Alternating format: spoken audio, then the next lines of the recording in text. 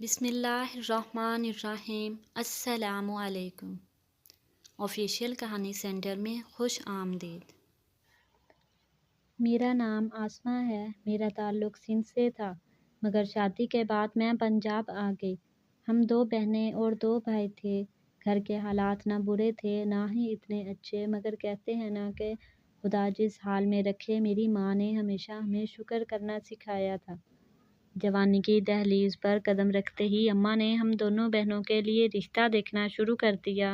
میرے دونوں بھائی بڑے تھے تو دونوں کی شادیاں ہو چکی تھیں۔ چھوٹی بھابھی نے میرے لیے اپنے بھائی کا رشتہ پیش کیا تو ابا نے کچھ دنوں بعد ہاں کر دی، کیونکہ سب جانتے تھے آج کل کے دور میں گھروں میں رشتے کرنا جان جوکھوں کا کام ہے۔ پھر بھابھی کے بھائی کو تو سب نے دیکھا تھا، اکثر اوقات ہمارے گھر بھی آتا تھا۔ ابا نے بڑی بہن کا ہاتھ اپنے بھتیجے کو دے دیا اور مجھے بھابھی کے گھر بیاہ دیا گیا۔ جو میرا اور میری بھابھی کا وٹا سٹا ہو گیا۔ میری بھابھی پنجاب کی رہنے والی تھی، میں ادھر آ گئی۔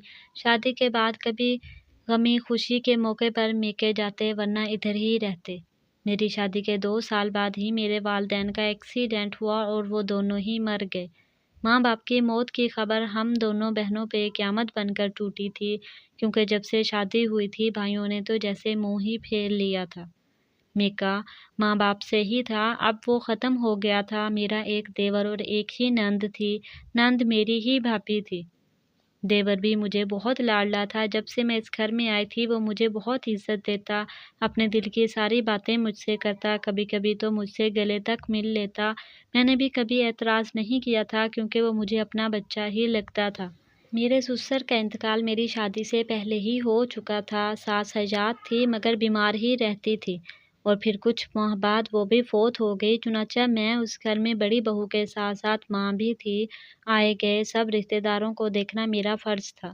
میرا شوہر ایک شریف انسان تھا، مجھ سے بے حد محبت کرتا تھا، مگر اکثر میں دیکھتی تھی کہ وہ پریشان رہتے ہیں، زیادہ بات چیت نہیں کرتے۔ کبھی تو وہم سمجھتی تو کبھی ان سے پوچھنے کی کوشش کرتی، احد آپ کو کیا ہوا ہے، آپ کیوں پریشان رہتے ہیں؟ تو میرا شوہر مجھے کہتا، میری پیاری بیوی کچھ نہیں ہوا، میں بالکل ٹھیک ہوں۔ شادی کے 2 سال بعد اللہ نے مجھے پیاری سی بیٹی دی، جس کا نام احد نے محروق رکھا۔ محروق میں ہم سب کی جان تھی۔ وہ جب سے پیدا ہوئی تھی پورا گھر اس کے آنے سے چہکتا تھا۔ احد تو اس سے بے تحاشا پیار کرتا تھا، مگر پتہ نہیں ایسا کیا تھا کہ مجھے عدیل کی نیت پہ شک سا پڑتا، کیونکہ محروق جب رات میرے اور احد کے درمیان سوئی ہوتی تو صبح اس کی دونوں ٹانگیں بندھی ہوتی۔ میں یہ دیکھ کر اب ڈرنا شروع ہو گئی تھی، کیونکہ میں ساتھ سوئی ہوتی تھی اور تب بھی ایسا ہی ہوتا تھا۔ محروق کی عمر اس وقت تقریباً 6 سال تھی۔ ایک دن میرا دیور مجھے کہنے لگا، بھابھی میں محروق کو اپنے ساتھ لے کے جا رہا ہوں تاکہ وہ باہر جا کر کچھ کھیل لے، بچی گھر رہ رہ کر تنگ پڑ جاتی ہے۔ میرے شوہر چونکہ سندھ گئے تھے اور محروق انہیں بہت یاد کرتی تھی۔ میں نے سوچا کہ چلو کوئی بات نہیں، تنگ آ چکی ہوگی گھر رہ رہ کر۔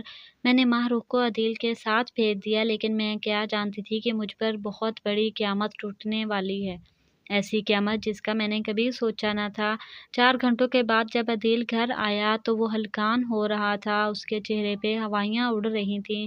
میں نے اس کو دیکھ کر اشارے سے پوچھا کہ کیا ہوا، وہ ایسے کیوں ہلکان ہو رہا ہے؟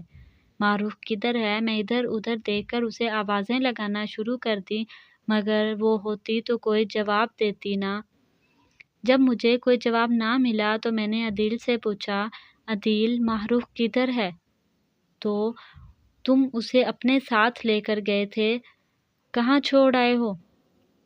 ابھی وہ کدھر ہے؟ کیا کسی اپنے دوست کے گھر چھوڑ آئے ہو؟ میرے دیور نے اونچی آواز میں رونا شروع کر دیا اور کہا، بھابھی اب آپ مجھے معاف کر دیں، وہ محروق کہیں کھو گئی ہے۔ میں اور وہ ساتھ والے باغ میں کھیل رہے تھے، اچانک کوئی عورت آئی جس نے برقع پہنا ہوا تھا، وہ ہماری محروق کو لے کر وہاں سے بھاگ گئی۔ میں اس کے پیچھے بھاگا لیکن وہ نظروں سے یکدم اوجھل ہو گئی۔ بھابھی مجھے معاف کر دینا، یہ سنتے ہی میں غش کھا کر گر پڑی۔ میرے شوہر کو جب یہ بات کی خبر ہوئی تو وہ سارے کام چھوڑ کر واپس آ گئے اور آتے ہی عدیل کو مارنا شروع کر دیا کہ یہ سب تمہاری وجہ سے ہوا ہے، تم نے میری بچی کو کہیں بھیج دیا ہے۔ پہلے تو میں اس بات کو سمجھ نہ سکی کہ احد یہ کیا کہہ رہے ہیں، مگر مجھے اب عدیل سے نفرت ہو گئی تھی۔ محروق کو کھوئے ہوئے 2 سال ہو چکے تھے، لیکن ابھی تک وہ ہمیں نہیں ملی تھی۔ ان سب میں یہ بات عجیب تھی کہ میرا دیور شوہر دونوں ہی ایک دوسرے سے نظریں چراتے تھے۔ میں بھی اب صبر کر چکی تھی، بس دعائیں مانگتی تھی کہ میری بچی جہاں بھی ہو بس ٹھیک ہو۔ عدیل کے ساتھ اب میرا پہلے جیسا رویہ تھا، کیونکہ وہ مجھے شروع سے ہی بہت عزیز تھا۔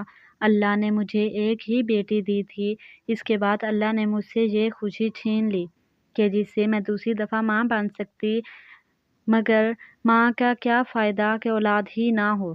اولاد اولاد ہی ہوتی ہے۔ محروق کی مجھے ہر رات یاد آتی، میں ساری رات رو کر گزار دیتی۔ میرے شوہر مجھے چپ کرواتے اور کہتے ہماری بیٹی ایک دن ضرور مل جائے گی۔ میں ان کو کہتی کہ آپ کو آپ کی بیٹی کیسے مل جائے گی جب ہماری بیٹی کو کھوئے ہوئے اتنے سال ہو چکے ہیں۔ جب سے میری بیٹی کھوئی تھی میرا دیور مجھ سے ہر اتوار شرط لگاتا، دیکھنا بھابی آج ہماری محروق مل جائے گی اور پھر میں زردے کی دیگ پکوا کر تقسیم کروں گا۔ میں اسے پاگل کہہ کر چت لگا دیتی، کیونکہ اب تو اس کی شکل بھی مجھے بھول گئی تھی۔ اتنے عرصے سے محروق کو دیکھا جو نہیں تھا۔ وہ مجھے دیکھتا کہتا بھابی دیکھنا آج ہماری محروق گھر ضرور آ جائے گی اور ساتھ خوشخبری بھی لائے گی، پھر ہمارے گھر کے حالات بالکل ٹھیک ہو جائیں گے، آپ دوبارہ سے خوشباش رہیں گی، بالکل صحت یاب ہو جائیں گی۔ جب سے وہ گئی تھی میں بیمار رہنا شروع ہو گئی تھی، لیکن جب اس کی کوئی خبر نہ ملتی تو میرا دیور پھر بھی زردے کی دیگ پکوا کر پورے محلے میں تقسیم کرتا تھا۔ اس کی ایک بہت بڑی وجہ تھی، کیونکہ محروق کو شروع سے ہی میٹھا بہت پسند تھا اور روزانہ مجھ سے میٹھے کی فرمائش کرتی تھی۔ اس سب میں وہ واقعہ میں بالکل فراموش کر چکی تھی کہ میری بچی کی رات کو ٹانگیں بندھی ہوتی تھیں۔ میں نے یہ بات کبھی گھر میں کسی کو نہ بتائی تھی، شاید یہی میری سب سے بڑی بھول تھی۔ ایک رات گھر میں احد اور میرا دیور بھی موجود تھے۔ آدھی رات کو مجھے پیاس لگی تو میں پانی پینے کے لیے اٹھی تو میں نے دیکھا کہ میرے شوہر کمرے میں نہیں ہیں۔ میں دبے قدموں سے چلتی ہوئی چھت پر آ گئی، کیونکہ اکثر اوقات وہ مجھے چھت پر ملتے تھے، لیکن چھت پر ان کو نہ پا کر مجھے حیرانگی ہوئی کہ وہاں پر بھی نہیں ہیں۔ تو پھر میں نے اپنا پورا گھر دیکھ لیا، وہ دونوں مجھے کہیں نہ ملے۔ ابھی کچھ منٹ ہی گزرے تھے کہ مجھے اپنے گھر سے کچھ آوازیں سنائی دینے لگیں، جیسے ہمارے گھر میں کوئی اور شخص بھی موجود ہے۔ میں نے آواز کے تعاقب میں چلنا شروع کیا اور یہ دیکھ کر میرے ہوش اڑ گئے۔ وہاں ایک آدمی موجود ہے جو کہ زخمی ہے اور اسے کافی چوٹ لگی ہے، وہ درد سے بلبلا رہا ہے۔ میں نے اسے دیکھ کر منہ پر ہاتھ رکھ لیا اور پھر کچھ سوچ کر اس کی مرہم پٹی بھی کی۔ ابھی میں یہ کام کر رہی تھی کہ وہ آدمی فوراً بھاگ گیا۔ اب روز ہی ایسا ہونے لگا تھا۔ وہ آدمی ہمارے گھر آتا اور مجھے کہتا تمہاری بچی میرے گھر ہے، تم اس سے ملو گی تو فلاں ایڈریس پر آ جانا۔ میں نے حامی بھر لی۔ اس دن میں جانے کو بالکل تیار تھی کہ مجھے عدیل نے تیار دیکھ کر پوچھ لیا کہاں جا رہی ہیں۔ میں گھر سے بہت کم نکلتی تھی، میں ڈر کے چپ ہو گئی۔ عدیل نے میری چوری فوراً پکڑ لی اور پھر مجھے سچ بتانا پڑا کہ رات کو اکثر جب آپ دونوں نہیں ہوتے تو ایک آدمی آتا ہے جو ایک دن زخمی حالت میں گیٹ کے پاس تھا۔ عدیل کچھ سوچ کر فوراً وہاں سے چلا گیا اور گھر کو ہر طرح سے لاک کر گیا۔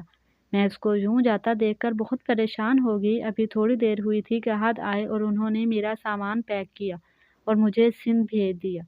سندھ میں اپنی بھابھی کے گھر آئی تو یہاں ہی رہتی تھی۔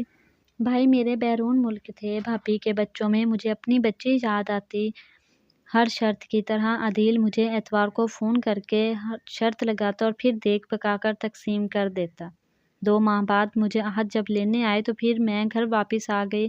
مجھے یہاں آ کر بے چینی رہتی تھی، اب ذرا بھی دل نہیں لگتا تھا۔ وہاں بچے تھے تو لگ جاتا تھا۔ ہفتے کی رات عدیل لاہور چلا گیا اور اس رات میرے سے شرط لگانا بھول گیا، اور پھر میرے ساتھ وہ ہوا جو میں تصور بھی نہیں کر سکتی تھی۔ ایک بار تو میرا سر چکرا گیا۔ میں نے احد کی طرف دیکھا، پھر عدیل کی طرف دیکھا، وہ دونوں مسکرا رہے تھے۔ میں دوڑتی ہوئی اپنی بیٹی کو گلے لگ گئی۔ سامنے میری محروق تھی۔ اتنے سالوں بعد میری محروق میرے سامنے تھی۔ میں نے کبھی نہیں سوچا تھا کہ میری تہجد کی دعاؤں کا مجھے یوں صلہ ملے گا۔ مگر محروق چند منٹ گھر رہی، پھر اسے عدیل کہیں لے گیا۔ میں یہ سب کارروائی دیکھ کر ششدر رہ گئی۔ مجھے احد نے فی الحال چپ رہنے کے لیے تلقین کی تھی، مگر ماں تھی، میرا کلیجہ کٹ رہا تھا۔ اتنے عرصے بعد بیٹی کو چند پل دیکھنا بھی نصیب نہ ہوا۔ پھر 2 دن بعد عدیل اور احد گھر لوٹے۔ انہوں نے مجھ پہ ایسے راز کا انکشاف کیا جسے سن کر میرے پاؤں تلے سے زمین ہی نکل گئی۔ میری بچی اغوا نہیں ہوئی تھی بلکہ اسے اغوا کیا گیا تھا، اور وہ کسی نے نہیں، اس کے باپ نے یہ سب کروایا تھا۔ میں یہ سب سن کر پھٹ پڑی کہ آخر آپ ایسے کیسے کر سکتے ہیں میری معصوم بچی کے ساتھ؟ آپ تو باپ تھے۔ پھر بھی مجھے احد سے نفرت ہونے لگی۔ میں نے فوراً کمرے میں آ گئی اور خود کو کمرے میں بند کر لیا۔ پتہ نہیں کتنی رات گزر گئی۔ جب میری آنکھ کھلی تو میں کمرے سے باہر آ گئی۔ باہر ہال میں میری نند یعنی کہ بھابھی بھی براجمان تھیں۔ اتنی رات انہیں ادھر دیکھ کر میں پریشان ہو گئی۔ پھر انہوں نے مجھ پر مزید حقیقت کو کھولا، بتایا کہ معروف رونا شروع ہو گئی، مگر جیسے جیسے وہاں بیٹھے تینوں نفوس مجھے بتا رہے تھے، میرا سر چکرا رہا تھا۔ میرا شوہر کوئی عام آدمی نہیں تھا بلکہ فوج کے خفیہ ادارے میں کام کرتا تھا۔ میرا دیور بھی اسی ادارے کا حصہ تھا۔ میرے شوہر کو ایک مشن پورا کرنا تھا، پشاور میں کچھ دہشت گردوں کا خاتمہ کرنا تھا، مگر ان سب میں مجھے اور ماہ روح کو نقصان پہنچ سکتا تھا، اس لیے انہوں نے ماہ روح کو اغوا کروا لیا اور اتنے سالوں تک وہ اپنی پھپھو کے ساتھ رہتی رہی تھی۔ ماہ روح کی اس کی پھپھو نے بہت اچھی تربیت کی تھی۔ احد مجھے بتانے لگے کہ دشمنوں کے قدم پاکستان کی زمین پر بہت مضبوطی سے جم چکے تھے، ہمیں اتنے سال اسے ختم کرنے میں لگ گئے۔ عدیل نے جو کیا وہ سب ایک جھوٹ تھا۔ تو پھر وہ عورت کون تھی جو باغ سے بچی کو اٹھا کر لے گئی؟ یہ سن کر عدیل نے بتایا کہ یہ آپ کے نند نے کام کیا تھا۔ بھلا ان سے بہتر کوئی یہ کیسے کر سکتا تھا؟ بھابھی سنتے ہی اس کو گھورنے لگی۔ احد نے مزید بتایا کہ ماہ روح کے پاؤں ہم خود باندھتے تھے، ہم دیکھنا چاہتے تھے کیا تم وہاں بتاتی ہو یا نہیں، کہ تمہیں ہم پر اعتماد ہے کہ نہیں، مگر افسوس سمیرہ تمہیں بتانا بھی گوارا نہ کیا۔ پھر ہم نے یہ منصوبہ تشکیل دینا پڑا۔ اور وہ آدمی جو زخمی تھا وہ کون تھا؟ اب میری بات کا جواب عدیل نے دیا۔ اس نے کہا وہ آپ کے شوہر ہی تھے، آپ کو حالات کے لیے تیار کر رہے تھے، مگر آپ گھر سے بھاگ رہی تھیں، ہمارے دشمنوں کے پاس جا رہی تھیں۔ میں بس اپنی بچی کو آنکھوں کے سامنے دیکھ کر خوش تھی۔ میرا اپنے شوہر پہ اعتماد پہلے سے بھی زیادہ بڑھ گیا، اور عدیل میں وہ مجھے اور بھی عزیز ہو گیا۔ اگر آپ کو میری یہ کہانی اچھی لگی تو اسے لائک کریں۔ مزید ایسی دلچسپ کہانیوں کے لیے آفیشیل کہانی سینٹر کو سبسکرائب کریں۔ ملتے ہیں نیکسٹ ویڈیو میں، تب تک کے لیے اللہ حافظ۔